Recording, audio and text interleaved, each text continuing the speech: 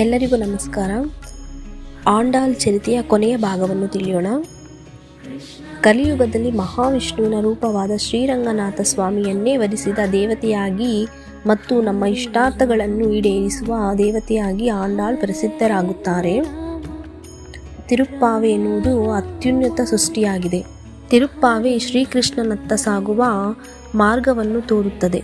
ಭಗವದ್ಗೀತೆ, ವೇದಾಂತ ಸಾರ ಮತ್ತು ಭಾಗವತದಂತಹ ಅರ್ಥವನ್ನೆಲ್ಲ ಮೈಗೂಡಿಸಿಕೊಳ್ಳುವಂತಹ ತಿರುಪ್ಪಾವೆ ಅತ್ಯಂತ ಅಪರೂಪವಾದುದು. ಅಸಾಮಾನ್ಯ ಕೃತಿ ತಿರುಪ್ಪಾವೆಯನ್ನು ನಿತ್ಯ ಪಾರಾಯಣ ಮಾಡುವ ಸಹಸ್ರಾರು ಜನರಿದ್ದಾರೆ. ಆಂಡಾಳಿನ ತುರುಬು ಬಹಳ ಪ್ರಸಿದ್ಧವಾದದ್ದು.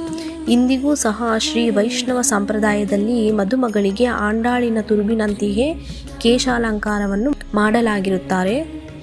ಆಂಡಾಳ್ ಜನಿಸಿದ್ದು ಶ್ರೀ ವಿಲ್ಲಿಪುತ್ತೂರು 108 ದಿವ್ಯ ದೇಶಗಳಲ್ಲಿ ಒಂದಾಗಿದೆ.